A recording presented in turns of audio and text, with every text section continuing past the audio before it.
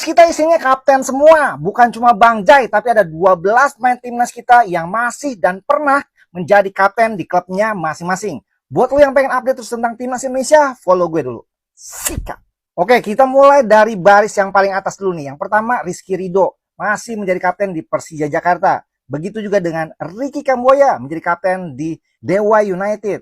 Jordi Amat menjadi kapten di JDT, salah satu klub di Malaysia. Dan Calvin Verdong pernah juga menjadi kapten di NEC Nijmegen. Martin Paes pernah menjadi kapten di Dallas di Liga MLS Amerika Serikat. Nadeo menjadi kapten di Borneo FC. Emil Audero pernah menjadi kapten di Sampdoria. Dan sebelahnya adalah Joey Pelupesi. Joey Pelupesi pernah menjadi kapten di FC Groningen. Lalu kemudian Tom Haye menjadi kapten ketika dia bermain di SC Heerenveen. Justin Hubner masih menjadi kapten di Wolverhampton Wanderers U21. Serta Kevin Dix juga pernah menjadi kapten di FC Copenhagen. Jadi nih, misalnya amit-amit ya, Bang Jai berhalangan karena kartu merah atau akumulasi kartu. Menurut kalian siapa yang cocok ngegantiin posisi Bang Jai sebagai kapten? Komentarnya sikat. Assalamualaikum warahmatullahi wabarakatuh. Balik lagi di channel Mereka Bicara, teman-teman. Ini ada beberapa video yang mau saya reaksi ya, diantaranya ada pencoretan salah satu pemain timnas ya, pada pemain timnas Egy Maulana yang tidak dibawa Patrick Kluivert ke Australia karena lagi cedera, teman-teman. Kita lihat videonya seperti apa. Di laga terdekat melawan Australia dan Bahrain adalah laga paling dinantikan 300 juta penduduk Indonesia. Bahkan laga-laga itu sudah menjadi rebutan oleh stasiun televisi mancanegara sekitar 200 negara di penjuru dunia yang bakal menyiarkan pertandingan kualifikasi Piala Dunia yang akan dihadapi oleh timnas Indonesia, yaitu timnas Australia dan juga Bahrain. Benar ya, kata FIFA waktu lalu. Siapapun yang bermain dengan tim Indonesia, maka tiket-tiket pun akan habis terjual. Termasuk hak siar juga menjadi rebutan negara-negara di dunia. Tak salah jika FIFA berharap Indonesia bisa lolos ke Piala Dunia 2020. Sangat menguntungkan sekali ya, dari mulai hak siar, dari mulai tiket sampai hak siarnya, sampai berebut pengen membelinya, teman-teman. Karena mungkin yang antusias itu bukan cuma penduduk Indonesia aja, bukan warga Indonesia yang mencintai sepak bola Indonesia, ternyata penduduk dunia pun cukup antusias untuk menyaksikan Indonesia melawan Australia ini.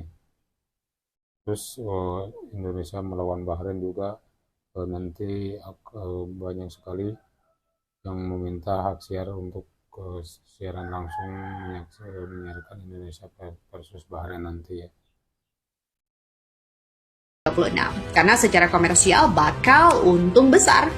Bukti timnas Indonesia sudah jadi perhatian dunia hingga membuat media-media Eropa mulai memberitakan timnas Indonesia. Timnas Indonesia juga diakui sebagai tim nasional termewah di wilayah Asia, yaitu di wilayah ASEAN bahkan Asia. Dan puncak kejayaan timnas Indonesia saat ini sedang dalam masa yang sangat baik. Dengan segala pencapaiannya saat ini, media-media luar negeri bahkan menilai bahwa progres timnas Indonesia saat ini sangatlah. Kalau misalnya Indonesia lolos ke Piala Dunia, itu kantong pipa bakal berjubel penuh dengan duitnya, teman-teman. Soalnya Indonesia itu nanti bakal banyak penonton-penonton dari Indonesia yang berdatangan ke tempat diselenggarakannya Piala Dunia itu tersebut. Bahkan tidak hanya itu, hotel-hotel, mungkin perhotelan juga yang nantinya akan dipenuhi oleh para penonton Indonesia untuk menyaksikan laga Indonesia dengan lawan-lawannya nanti lagi jika Indonesia masuk ke Piala Dunia. Bahkan mungkin tidak hanya itu, semua merchandise dan segala rupa macam itu pasti akan laku ya di sana nanti kalau misalnya Indonesia masuk ke Piala Dunia. Kita doakan saja mudah-mudahan Indonesia bisa masuk ya. Indonesia bisa untuk pertama kalinya ada di Piala Dunia, teman-teman. Wah, udah pasti heboh itu. Mengejutkan. Mereka menilai bahwa Indonesia sempat diprediksi menjadi negara yang akan jadi lumbung gol di grup C kualifikasi Piala Dunia. Mengingat di grup C diisi 3 negara terkuat di Asia, sekaligus langganan Piala Dunia, yaitu timnas Jepang, Australia, dan juga Arab Saudi. Mereka adalah negara terkuat di wilayah Asia. Maka tak heran saat Indonesia Ya ternyata tidak terbukti ya, yang awalnya bahkan FAM Malaysia itu waktu itu pernah ngomong Indonesia nanti akan turun sendiri katanya peringkatnya, dan kita tidak usah kerja keras biar Indonesia turun sendiri, dengan setiap kali Indonesia bermain pasti kalah. Ternyata itu tidak terbukti ya, Indonesia baru kalah 1 kali dan itu pun Egy Maulana Fikri dicoret dari skuad timnas Indonesia, guys. Oke, jadi info terbaru nih guys ya, Egy Maulana Fikri, top skor pemain lokal di Liga 1 musim ini ya guys ya, harus dicoret dari skuad timnas Indonesia asuhan Patrick Kluivert untuk menghadapi Australia dan juga Bahrain dikarenakan Egy mengalami cedera. Musim ini Egy benar-benar sangat produktif ya. Dari 24 laga di Liga 1, Egy telah mencatatkan 11 gol dan juga 4 assist dan membuatnya sebagai top scorer pemain lokal di Liga 1 musim ini. Jadi sebenarnya sayang 1000 sayang ya dengan Egy, yang sebenarnya gue sangat mengharapkan Egy bisa memiliki peran yang cukup vital ya di timnas kali ini. Tapi sayang banget Egy harus dicoret karena cedera. Dengan dicoretnya Egy, tidak akan ada pemanggilan pemain lagi. Jadi akan 29 pemain yang dibawa ke Australia, dan untuk laga melawan Bahrain nantinya akan dipilih 23 pemain ya setiap match day-nya. Cepat sembuh buat Egy Maulana Fikri. Tanggapannya guys? Yuk kita komen.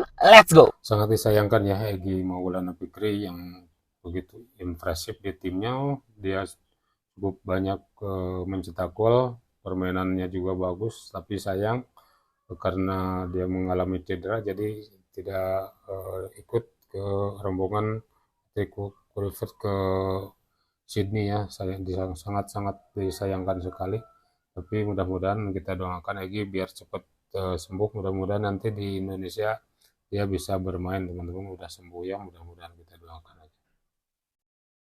Halo para pecinta sepak bola, Kevin Dix menjadi palang pintu tak tergoyahkan saat FC Copenhagen bertandang ke Stamford Bridge dalam leg kedua babak 16 besar UEFA Conference League Jumat 14 Maret 2025 dini hari waktu Indonesia Barat. Meski Copenhagen harus menyerah 0-1 dan tersingkir dari kompetisi dengan agregat 1-3, Kevin Dix menunjukkan performa yang luar biasa. Bermain penuh selama 90 menit di kandang Chelsea, pemain berusia 28 tahun itu sukses membuat lini serang The Blues, termasuk Jadon Sancho, frustasi sepanjang pertandingan. Sancho yang biasanya lincah bak belut di genangan lumpur, kali ini seperti kehilangan semangatnya. Alih-alih menari-nari, melewati lawan yang justru berkali-kali dibuat tak berkutik menghadapi disiplin bertahan Kevin Dix. Sejak menit pertama, Kevin Dix sudah menunjukkan bahwa ia bukan pemain yang bisa dilewati dengan mudah. Dengan postur yang kuat dan disiplin tinggi, ia membaca permainan Chelsea dengan baik dan beberapa kali menggagalkan pergerakan pemain sayap mereka. Dalam skema permainan Copenhagen, Kevin Dix diberi peran untuk menjaga pertahanan dan bertanggung jawab penuh atas serangan Chelsea. Namun bukan Kevin Dix namanya jika membiarkan lawan bermainnya nyaman. Jadon Sancho rekan-rekannya dipaksa bekerja ekstra hanya untuk sekedar tampil impresif waktu melawan Chelsea ya, saat dia sudah mengalami cedera waktu itu, tapi dia dibawa ke Chelsea untuk lawatan ke Chelsea, dan dia bermain sangat impresif sekali. Kalau kalian nonton videonya, wah sangat terkesan sekali lihat penampilan Kevin Dix waktu itu. Dia memang benar-benar sangat menikmati pertandingannya, sangat jarang sekali para penyerang lawan itu melewatinya. Dan mudah-mudahan dengan penampilan seperti itu bisa dibawa juga di penampilan Indonesia melawan Australia nanti ya. Mudah-mudahan Kevin Dix bisa tampil agresif juga. Oke teman-teman, itu aja video dari saya. Terima kasih sudah menonton. Dimanapun Anda berada, jangan lupa like, komen, dan subscribe. Terima kasih. Assalamualaikum warahmatullahi wabarakatuh.